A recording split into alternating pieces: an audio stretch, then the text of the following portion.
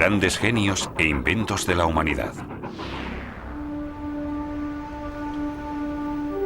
Las pirámides de Giza son las únicas de las 7 maravillas del mundo antiguo que se conservan actualmente. La pirámide de Keops no solo impresiona por su increíble tamaño, sino también por la exactitud de sus medidas. Es una obra maestra arquitectónica que puede competir con muchas de las que realizan los arquitectos modernos. Pero las pirámides las construyeron hombres que no disponían de ninguna máquina y cuyos instrumentos de medición más importantes eran palos y cuerdas. Las pirámides de los faraones. La construcción de una pirámide requiere mucha experiencia. Para conseguir la forma piramidal perfecta, hicieron falta más de 100 años. Anteriormente se enterraba a los príncipes y a los reyes en simples construcciones de adobes conocidas como mastabas. Las mastabas no son más que fosas cubiertas con madera.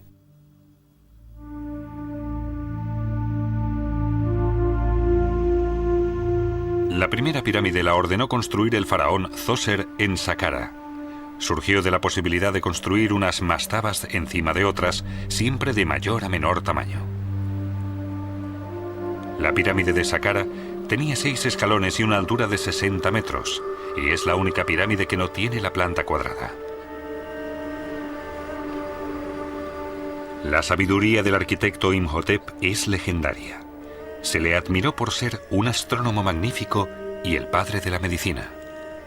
Su boceto de la pirámide de Saqqara se convirtió en el prototipo de todas las pirámides que se construyeron. Cuando el faraón Seneferu subió al trono, se basó en el modelo exacto de Imhotep para la construcción de su pirámide en Meidum. Se proyectó como pirámide escalonada, pero después se cubrieron los escalones para que la superficie de los lados quedara lisa.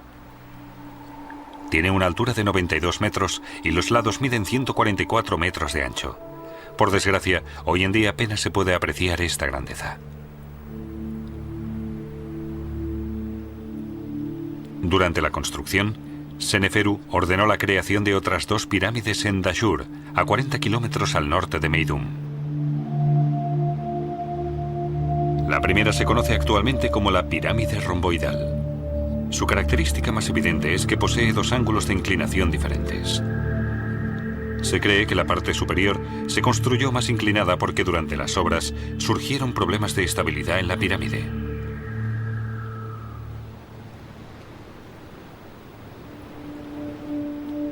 La segunda pirámide de Dashur se ha denominado la pirámide roja. Se considera la reacción a los problemas que surgieron en la construcción de la romboidal, pues se le dio el mismo ángulo de inclinación desde la base. Por tanto, fue la primera pirámide uniforme que se construyó y el resultado final de un largo proceso.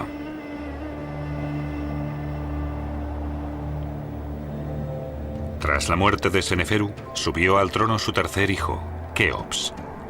Reinó durante 23 años y sabía cómo podía construirse una pirámide perfecta. Por motivos religiosos, las tumbas debían estar en un lugar apropiado en el lado oeste del Nilo, donde se pone el sol.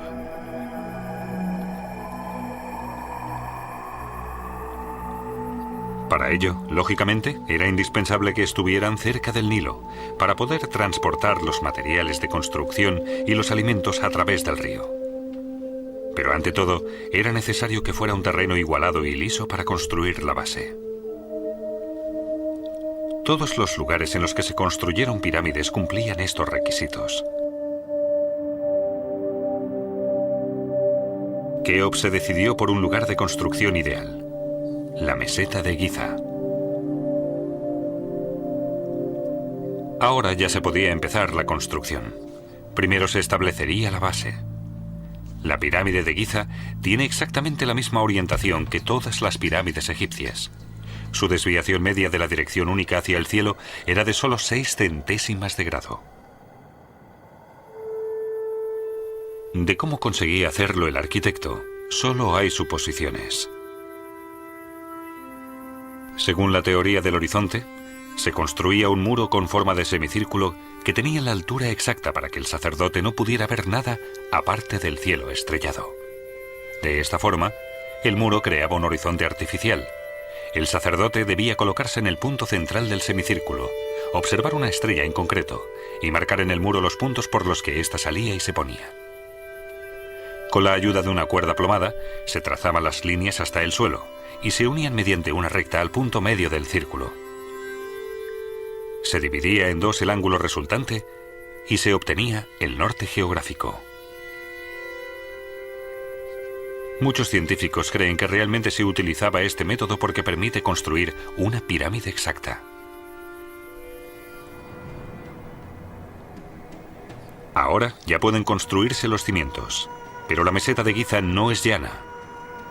La nivelación del terreno de construcción es una obra maestra artesanal, pues el máximo desnivel que hay en los cimientos es de solo 2,1 centímetros. Hay una teoría que afirma que rodearon el terreno de construcción con un muro bajo y lo llenaron de agua.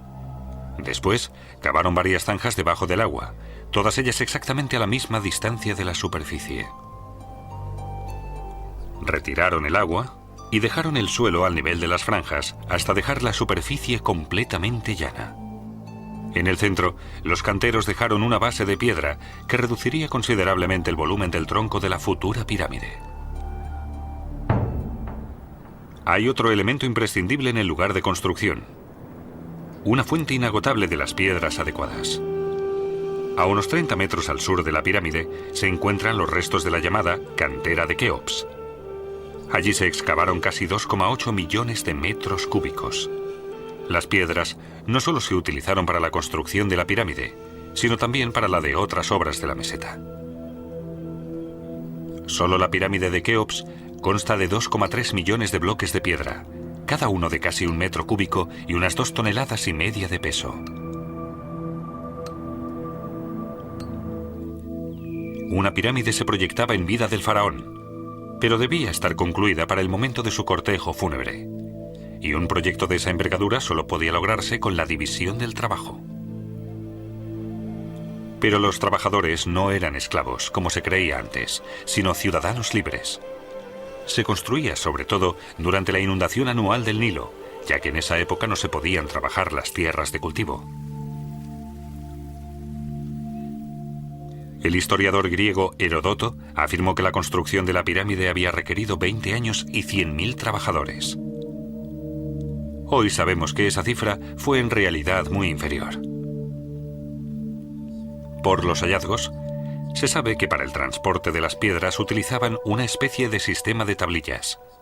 Ponían tablas de madera en el suelo y así lograban reducir la fuerza de rozamiento. De esa forma, con la ayuda de un trineo, conseguían mover bloques grandes en grupos de pocos hombres.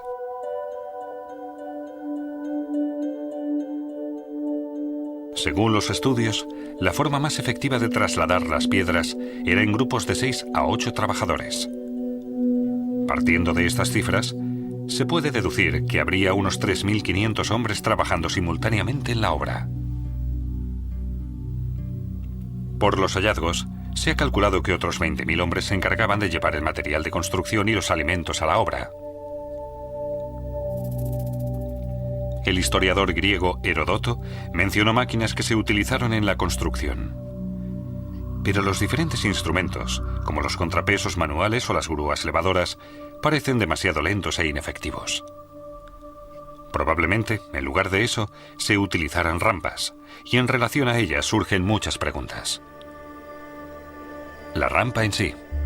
Su inclinación no podía sobrepasar los 10 grados para que los trabajadores pudieran subir las piedras por ella.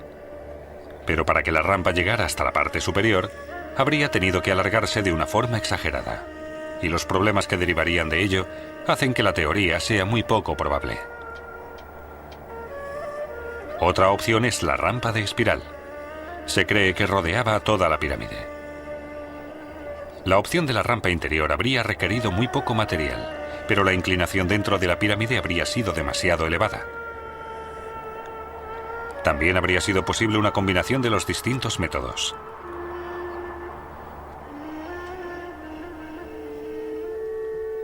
Según una teoría nueva, transportaban las piedras con la ayuda de tornos transportables que colocaban en la parte superior de la pirámide. Hay pruebas que así lo demuestran. Los tornos también habrían podido utilizarse conjuntamente con las rampas para facilitar el transporte de las piedras a la parte más alta. El último problema es el de la piedra final, el piramidión. Tenía que llevarse hasta la cúspide de la pirámide.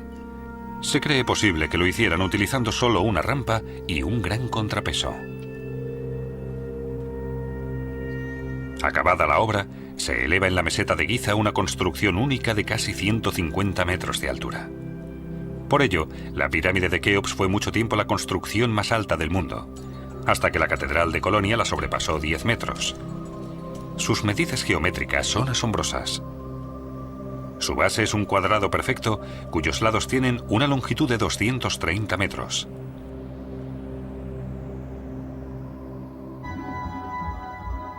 El perímetro de los lados tiene el mismo radio en relación a la altura que el círculo en relación a su perímetro. 1 es a 2pi. Antes de que la pirámide se selle para la eternidad, podemos acceder a su interior por una entrada en la fachada norte. Desde allí sale un pasillo que desciende directamente a una cámara construida debajo de la superficie de la meseta. No está claro si Keops llegó a descansar alguna vez en ella, pues el pasillo es demasiado estrecho para su sarcófago. El siguiente espacio es la llamada Cámara de la Reina, ubicada exactamente en el eje este-oeste. Las paredes y el techo están recubiertos de piedra caliza. Más adelante encontramos las paredes de la Gran Galería, un pasillo de 46 metros de largo y una altura abierta de más de 8 metros.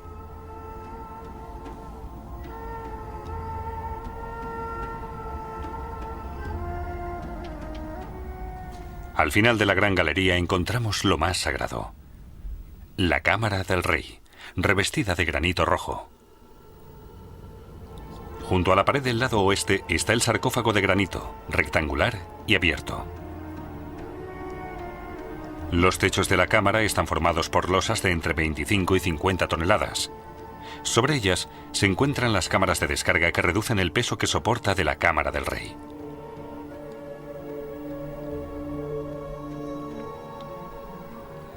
Si el faraón Keops estuvo enterrado alguna vez en la Cámara del Rey, no se sabe.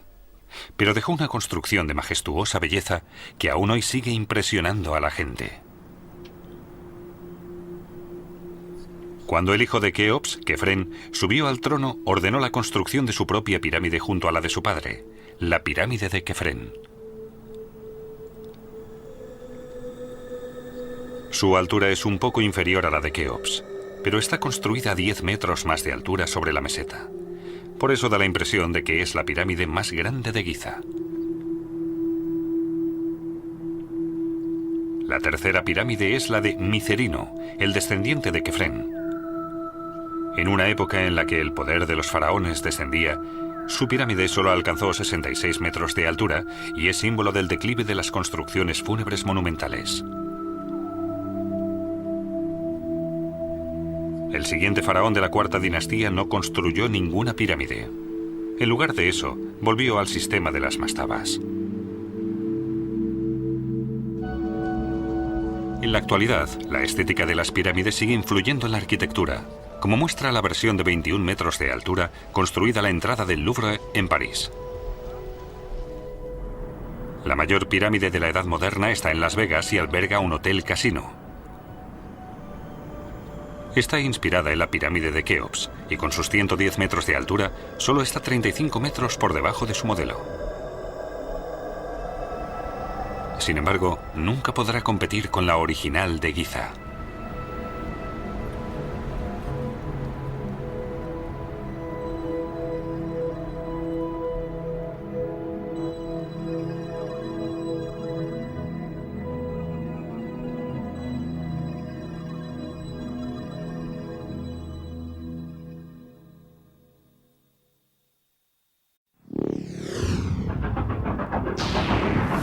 Grandes genios e inventos de la humanidad. Las pirámides de Giza son las únicas de las 7 maravillas del mundo antiguo que se conservan actualmente. La pirámide de Keops no solo... Anteriormente se enterraba a los príncipes y a los reyes en simples construcciones de adobes conocidas como mastabas. Las mastabas no son más que fosas cubiertas con madera.